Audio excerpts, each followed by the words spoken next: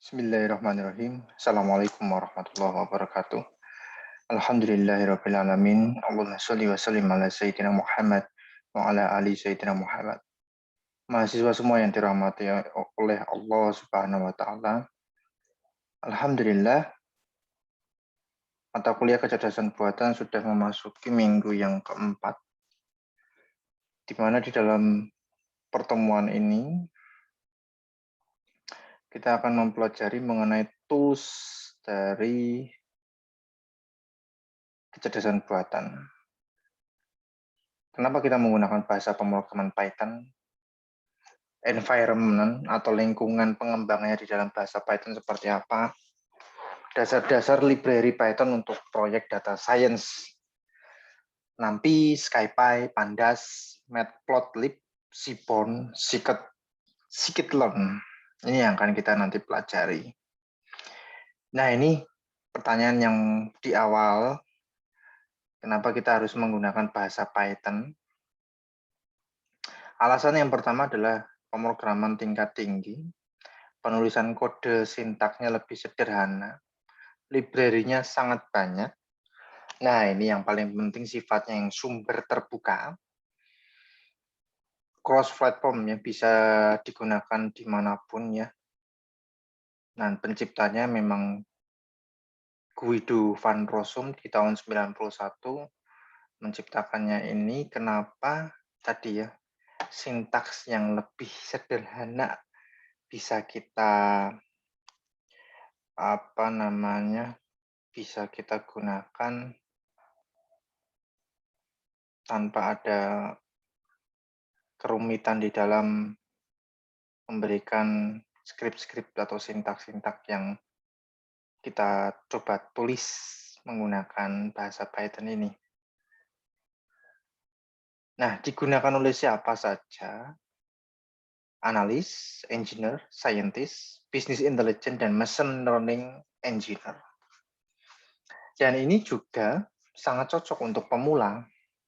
Sederhana tapi powerful, di mana nantinya memiliki kemampuan tinggi, kemampuan skill penggunaannya memang dituntut untuk bisa kita high demand skill ya. Nah, kenapa Python? Nah, ini memang saya mendapatkan slide ini memang dari adanya pelatihan ya, pelatihan mengenai artificial intelligence, di mana sekarang ini eranya big data yang semuanya memiliki ide bagaimana mengintegrasikan data-data yang sangat besar, lalu kita bisa manfaatkan di kehidupan sehari-hari, apa yang kita butuhkan di sana. Ya, di sini talenta-talentanya memang harus perlu diasah agar bisa menjadi profesionalisme data. Bagaimana secara profesional mengelola data. Membutuhkan high skill. Jadi di sini Python memang sangat populer dalam mengimplementasikan machine learning, data science maupun data engineer di sana. High demand skill. Kalau saya search di sini, apa itu high demand skill gitu ya. High demand skill. Kebutuhannya ya. Nah, kebutuhan yang tinggi ini di masyarakat ya, memiliki kemampuan bahasa pemrograman Python. Nah, ini kita bisa melihat di sini Python menjadi yang pertama dalam daftar keahlian yang paling dibutuhkan di 10 most in demand data science skill. Python ini. Job postingnya ini Python. Baru SQL lalu R. Untuk data science ya. Saya katakan di sini untuk data science. Nah, ternyata Python juga digunakan dalam YouTube, Google, run million offline Python kode, the front end servernya ini dalam menggerakkan youtube.com, YouTube API, primarily written in Python. Nah, salah satu alasan juga. Juga digunakan oleh Quora. Nah, silahkan nanti search ya, Quora itu apa. Kalau nanti saudara di situ, di sini dikatakan, we decided that Python was fast enough for most of what we need to do. Ketika kita push our performance critical code to backend server menggunakan C++. Wah, ini Quora mengatakan tahun 2014 seperti itu. Python sudah mulai digunakan di backend-nya si Quora. Industri yang menggunakan Spotify, Dropbox, Instagram, wah luar biasa. Reddit, NASA, bahkan NASA. Kenapa ini populer? Karena sumbernya terbuka. Sumbernya terbuka. Ini yang mengakibatkan Python dan juga skripnya yang juga sederhana ya. Skripnya yang juga sederhana. Nah, bagaimana penerapan Python pada proyek data science atau artificial intelligence secara keseluruhan nantinya? Di mana nanti kita bisa mengambil data, menggali data dengan cara ini scraping, crawling untuk mengeksplorasinya. Lalu kita lakukan pre-processing menggunakan selective fitur, transformasi fitur. Lalu kita membersihkan datanya, kita menangani nilai kosong, menghapus daftar baris yang terduplikasi. Lalu kita membuat modeling. Semuanya dilakukan dengan menggunakan Python. Keseluruhan proses-proses yang ada di dalam data science maupun artificial intelligence. Bagaimana memulai Python? Bahasa interpreter yang dapat mengurangi siklus edit test debug karena tidak memerlukan langkah kompilasi. Tidak usah di-compile. Untuk menjalankannya, Anda memerlukan runtime interpreter environment. Nah, ini yang kemarin kita praktekkan ya. .py Python interpreter hasilnya. Kita menggunakan apa? Google Colab maupun Anaconda Navigator Jupyter Notebook. Nah, ini konsep IPython REPL environment, read, eval, print, loop. Nah, ini adalah konsep dari Python, bagaimana proses membaca kode, bagaimana mengevaluasi kode, menampilkan hasil, mengulangi proses tadi, read, eval, print. Nah, ini yang ini hasil dari Jupyter Notebook ya. Pilihan development, wah ini kita menggunakan Google Collaborate. Ini saya. Saudara yang belum bisa koneksi internet dengan baik, ya silahkan menggunakan Anaconda Navigator Jupyter Notebook yang nanti bisa saudara lakukan. Untuk praktek tentunya. Nah, ini Anaconda Navigatornya, interface-nya. Kita sudah melakukan ini ya. Ini sebagai apa namanya, pengenalan lebih jauh lagi ini. Ini yang kita sudah praktekkan. Nah, untuk feedback kali ini ya, jadi sebagai bentuk kehadiran saudara juga, saya mengharapkan saudara dari pertemuan 1 sampai 3, apa yang saudara pahami mengenai artificial intelligence dengan menggunakan bahasa Python. Apa yang bisa saudara tangkap dan pahami, lalu apa yang tidak bisa saudara tangkap dan pahami. Belum paham maksudnya. Yang satu paham pertanyaannya, yang kedua adalah tidak paham di bagian mana. Nah, ini ya. Saudara silakan nanti untuk menuliskan new discussion. Membuat nama judul NIM. Judul new discussion-nya nama dan NIM, lalu pesannya apa? Jawaban pertanyaan, 2 pertanyaan saya tadi ya. Bagian mana yang paham, bagian mana yang tidak paham. Nah, itu ya. Nah, ini kita lanjut bekerja dengan Git. Nah, jadi selanjutnya saat kita sudah bisa menggunakan Jupyter Notebook, Google Collaboratory, nah kita juga harus bisa bekerja dengan Git. Ya, ini kalau ngambil mata kuliah open source dijelaskan di sini.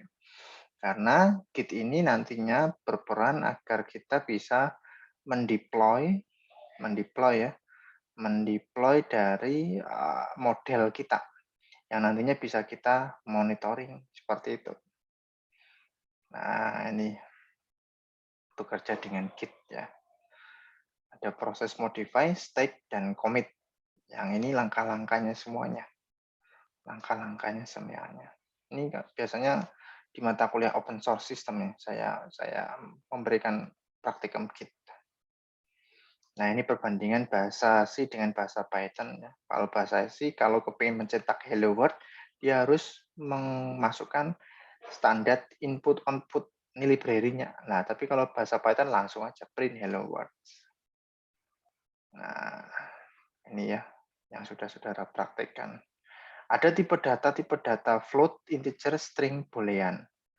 Nah, terlalu banyak data masukan untuk tipe data yang sama tidak nyaman. Solusinya kita menggunakan Python list. Nah, ini adalah karakter dari Python tersebut. Memiliki tipe data yang disebut dengan list. Dia bisa mengkoleksi nilai-nilai dan mengandung beberapa tipe data berbeda. Nah, ini contohnya ya. Input, ini output. Nah, ini ya maksudnya seperti itu. Nah, itu lihat, saudara lihat. Unsupported operand.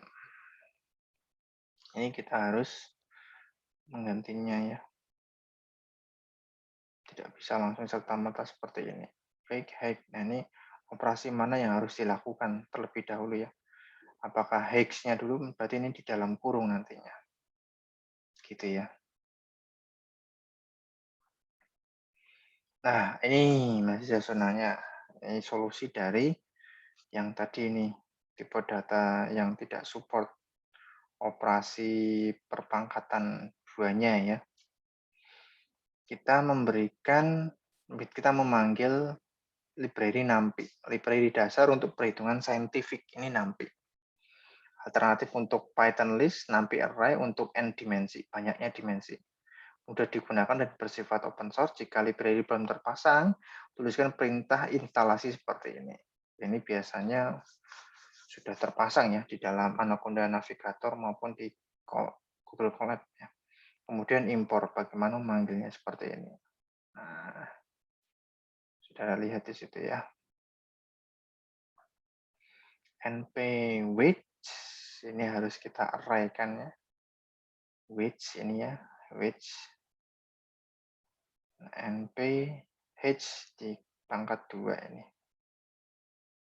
Nah, sehingga baru nanti bisa. Ini harus kita rubah menjadi tipe data list.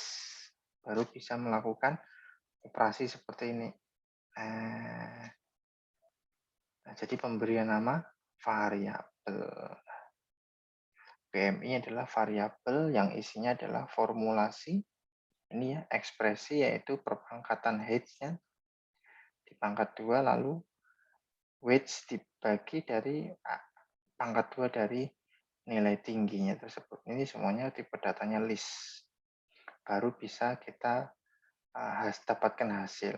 Kita menggunakan solusinya adalah library dasar yaitu NumPy. NumPy, pengolahan data dapat berubah bermacam-macam bentuk dan formatnya. Dokumen, gambar, dan lain sebagainya ketika data tersebut diproses tidak secara mentah-mentah dibaca sebagai video atau audio, tapi sudah dilakukan transformasi ke dalam bentuk array atau metrik dari number. Ini minimal 2 dimensi akan membentuk metrik. Import NumPy as NP.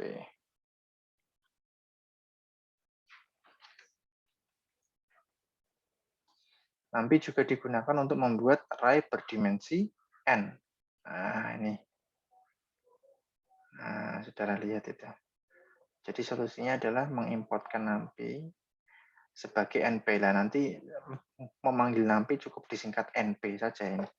Gitu ya mahasiswa semuanya ya. Ada SciPy yang merupakan library yang bersifat open source dan tersedia. SciPy dibangun untuk bekerja dengan NumPy array dan menyediakan kumpulan algoritma numerik, termasuk pemrosesan sinyal. Ini caranya jika belum terinstall, tapi biasanya sudah terinstall ya di Jupyter Notebook, Anaconda Navigator maupun di Google Colab. Selain SciPy, ada Pandas atau Panel Data, merupakan library populer di Python yang digunakan untuk struktur data dan analisis data. Sifatnya open source, berkaitan dengan NumPy. Nah, ini caranya mengimportkannya, biasanya disingkat PD. Digunakan untuk apa? Data wrangling, reshape, mengubah bentuk data, joining data, splitting, time series analysis. Lalu ada data cleansing, membersihkan data tidak lengkap, menangani data outlier, pencilan itu outlier yang tidak masuk dalam kelompok, menghapus data duplikat. Nah, ini fungsinya NumPy itu. Nah, ini bagaimana merepresentasikan data. Nah, terdapat dua data objek, series dan data frame. Berbeda ya. Series itu berarti dia berdasarkan waktu ya. Datanya saling bergantung berdasarkan waktu, saling berurutan, sequence. Kalau data frame, nah ini seperti ini data frame. Memiliki tabel yang semuanya berdiri sendiri, independen. Tidak bergantung antara satu data yang lainnya, itu data frame ya. Seperti ini. Tabel bentuknya.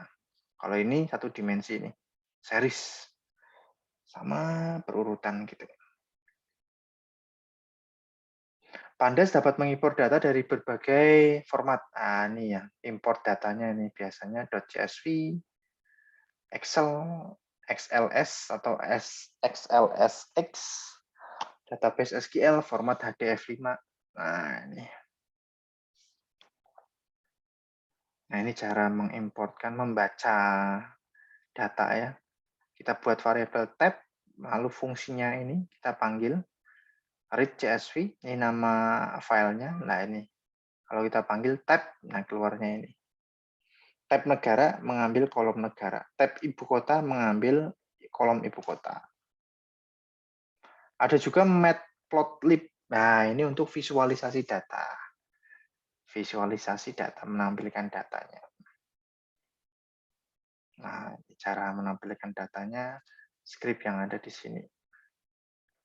Ada sumbu X, sumbu Y. Nah, lalu di show. Ini adalah scatter. Kalau ini bar ya, tipe visualisasinya. Ada Seaborn, library visualisasi pada data Python serupa dengan Matplotlib yang menyediakan high level interface. Wah, biasanya lebih kompleks nih. Seaborn. Nah, tadi mengenai visualisasi ya. Sekarang kita masuk kepada yang biasanya kita gunakan di machine learning dalam membuat model. Library-nya namanya scikit-learn. Nah, ini bagaimana cara mengimportkannya? Tinggal import sklearn. Ini gunanya untuk classification, metodenya ada 1, 2, 3, 4, 5. Nah, ini classification, clustering, k-means, hierarchical, model selection. Ini biasanya untuk menyeleksi model tersebut, cross validation dan matriksnya. Nah, itu saja ya mahasiswa semuanya mengenai penjelasan saya di pertemuan ini. Silahkan nanti membuat new discussion sebagai bentuk kehadiran dan keaktifan saudara. Pertanyaannya dari pertemuan 1 sampai 3 sampai sekarang ya 4 ini ya. Bagian mana yang saudara pahami silahkan dijabarkan, dan bagian mana yang saudara belum pahami silahkan dijabarkan sebagai bentuk kehadiran dan keaktifan saudara pada hari ini. Terima kasih, saya akhiri. Alhamdulillahirrahmanirrahim. Assalamualaikum warahmatullahi wabarakatuh.